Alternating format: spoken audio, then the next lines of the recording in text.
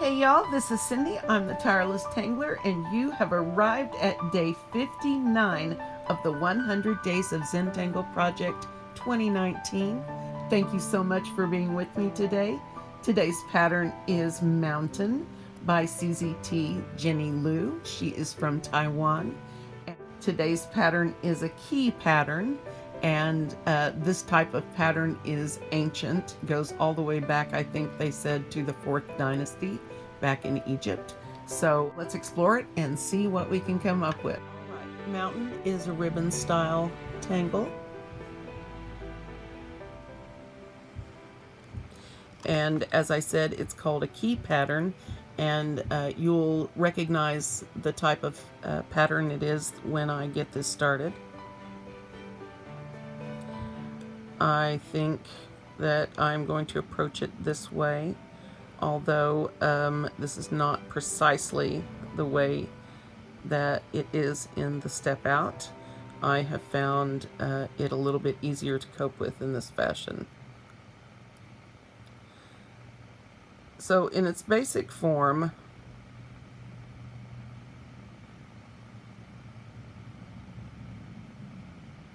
well, this is kind of a mess, isn't it?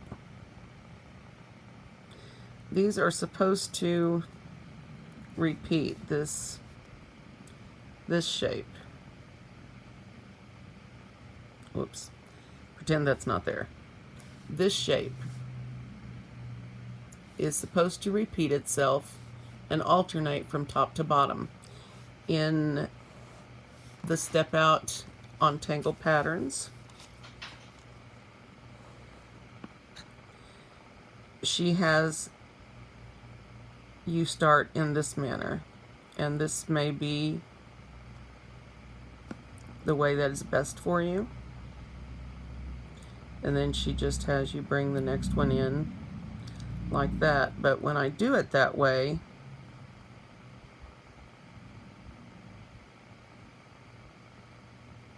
I really have trouble with the size consistency, if you know what I mean. Like this one being long and this one being short. So I'm going to try this a couple more times, and then we'll see what we can do to sort of liven it up a little bit. In its most basic form, it's really lovely. Let me see if I can do a little bit better job with it.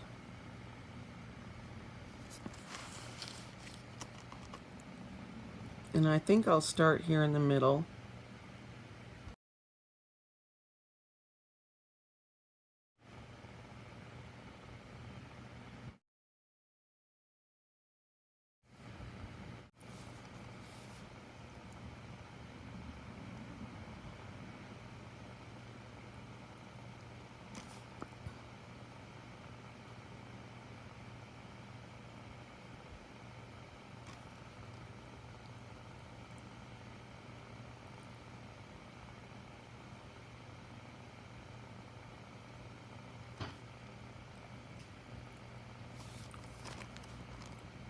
Okay, so that's basically the pattern.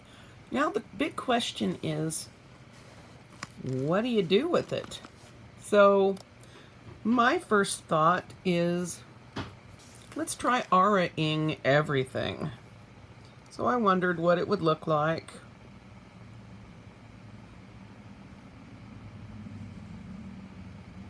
if we sort of double it. And I haven't really thought this through very well, so I don't know how this is going to turn out. So I would aura it like this there, and then maybe like that.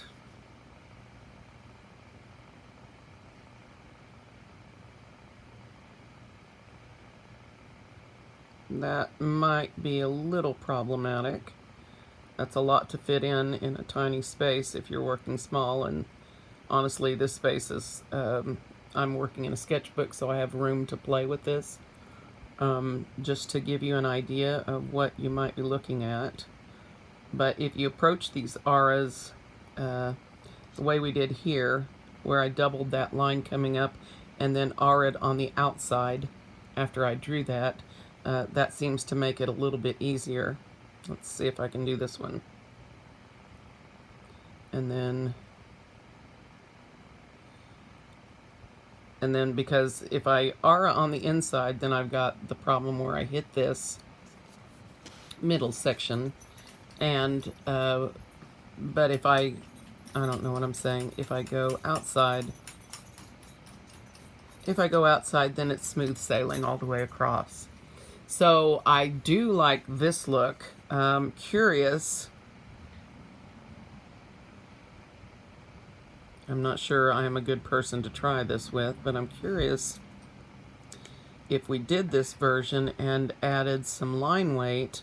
No, Simba, not right now. What that would give us.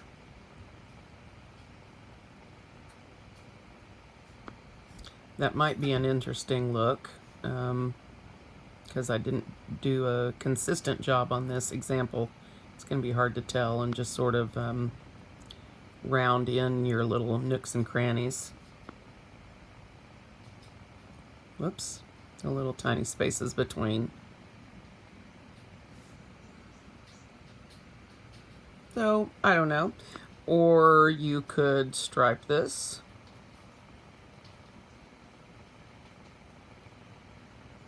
You could fill in or leave it white. You could put little dots in there. Again, dependent on how much room you have.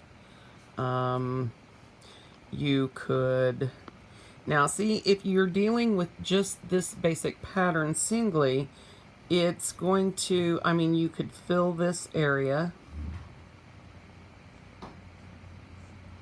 if you wanted to, with light lines going across. Whoops, that's not good. Something like that, you know, in some angle that isn't, but it almost always obscures the pattern, anything you do inside. And so you guys let me know what occurs to you when you play with this, if there's something that you like particularly about this pattern, or an embellishment that you think would be good for this. That would be great. Let me know in comments. This is not my favorite kind because I like a lot of overlap and a lot of depth, but sometimes when you want to put a rim around something, simple is really good. And if you're working small,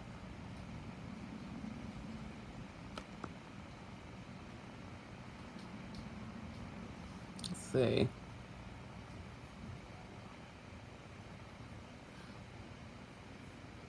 You know, something like that. It can be very elegant, especially if it's done like in an off color so that it's just a band. Jenny has some really pretty examples of this on Tangle Patterns, and I really encourage you to go check them out. Okay, let's get this in the pattern for today and see what comes of it. So before we get started with anything today, I really wanted to give a quick shout out to one of my fellow YouTubers. Her name is Nurse Nikki, and her channel is called Nurse Nikki is Learning to Draw. She has come to drawing later in life and puts together some digital art, digital drawing, together with some really, really good words of wisdom. And I have to tell you, they're not the videos aren't long. I enjoy them immensely. She is a very wise lady and has been so supportive of me.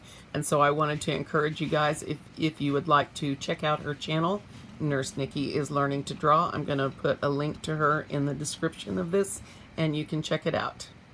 Remind you guys also that I know that I don't always speak very clearly, and I tend to speak under my breath while I'm drawing, and so I know that it's not always clear what I'm saying. But I wanted to be clear on this, and all of the tools that I use in these videos are listed with links to Amazon in the description where you can find them. And of course, you don't have to buy them on Amazon, but you can check out exactly what they are and find your own way to getting them if you'd like. So I just wanted to remind you of that. Let's tuck this in right. Let's tuck it in right here where it's easy for the camera and me. Ooh, creative aura today. That's all right. I can live with it.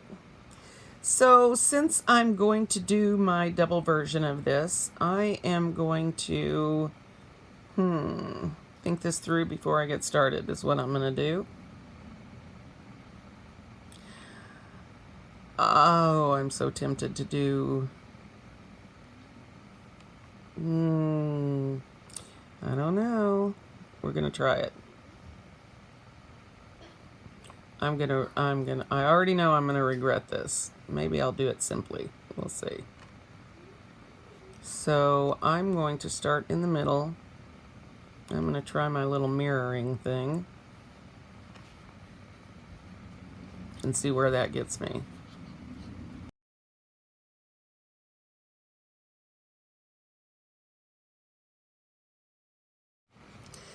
So I'm going to take some advice from Linda Farmer at Tangle Patterns about how she set this up with her vertical lines first and the horizontal ones second. And that was so that she could evenly space this. So let's see how I do with my cross beams here. I think I'm going to do this.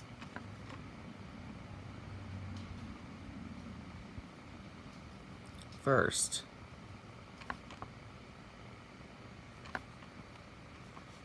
Yes. And now I'm,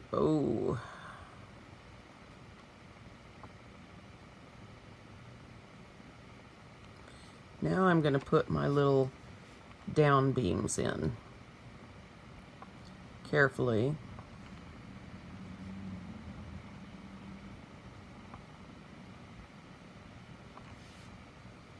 In this manner.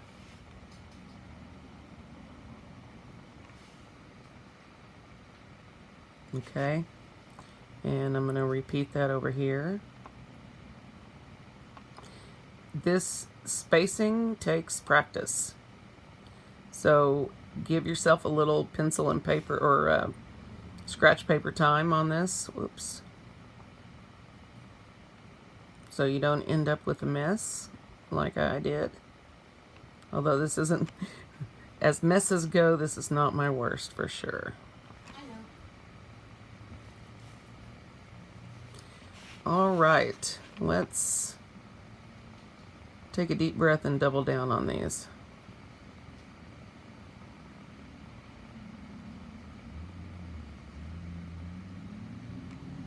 And this is why I wanted to put that R on the outside, of course, so that you have room to roll.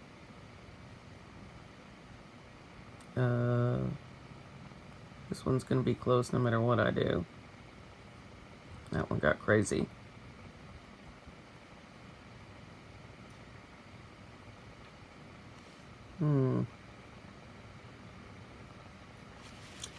Now, the question is, should I do that to both sides? Should I decorate it? What should I do?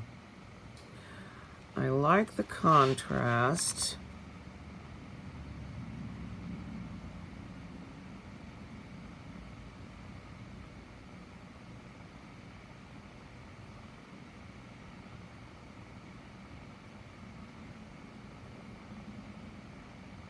I'm going to redefine my lines. That just makes me laugh. I sort of want to perf this, but I want to wait. Or stripe it. I don't know. Let's see.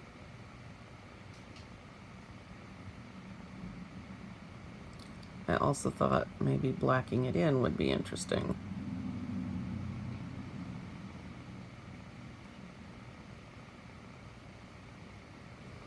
No matter what I do, that line is not going to be straight, is it? I'm about to talk myself into the blacking.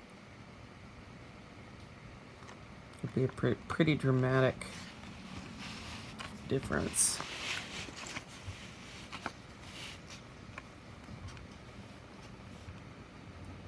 I think I will. The worst thing that can happen is they'll be blacked. And it won't be the best thing. Now, as far as shading goes, I'm not sure this is shadable unless you want to do the whole drop shadow thing.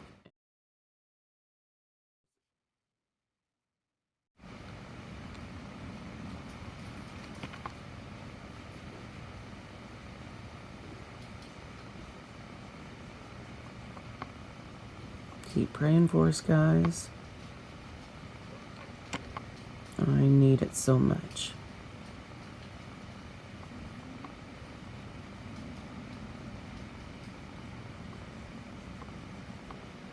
We both do.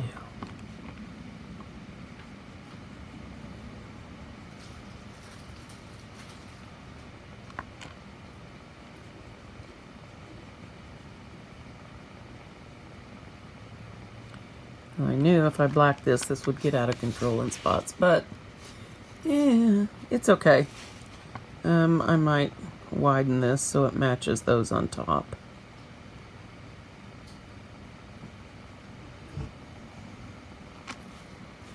But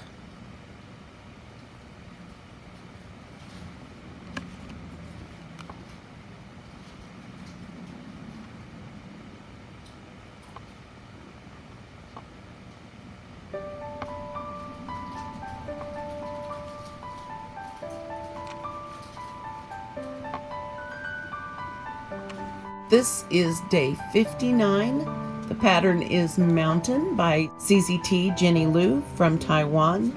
And tomorrow is Big Day 60. I'm so excited. I will see you then. Thank you so much for being with me.